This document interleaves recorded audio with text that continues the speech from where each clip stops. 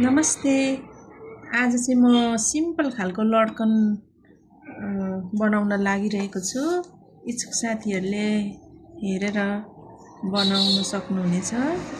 यो मैले एउटा सानो ट्रायंगल एउटा कपडा लिएको छु जो चाहिँ 4 इन्च वर्गकार छ।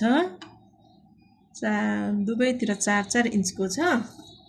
यसलाई चाहिँ यसरी यसको यो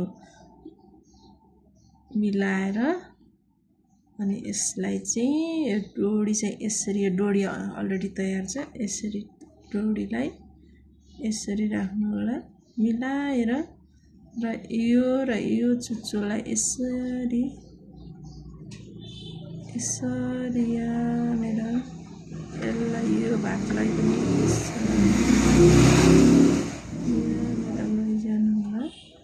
र यो बिचमा मिलाएर यसलाई बिचमा पारेर यसरी गर्नु होला र यसरी चाहिँ यसलाई सिलाउनु होला। यसरी सिलाउनु होला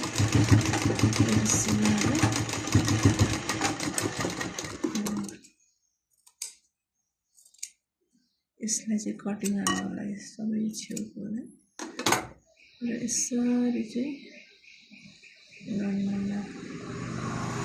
यसरी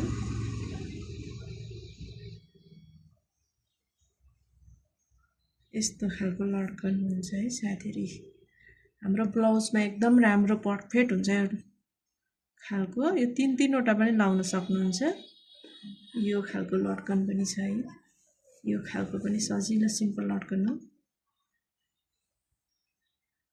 धन्यवाद।